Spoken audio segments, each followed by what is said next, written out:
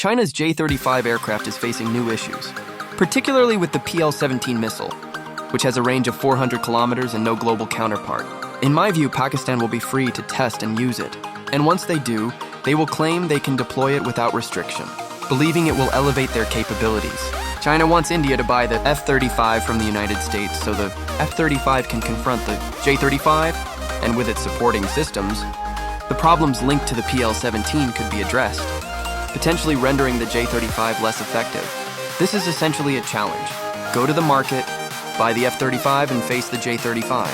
For us, implying that Pakistan might use the PL-17 and the J-35 in ways that could leave us without support or assistance against China,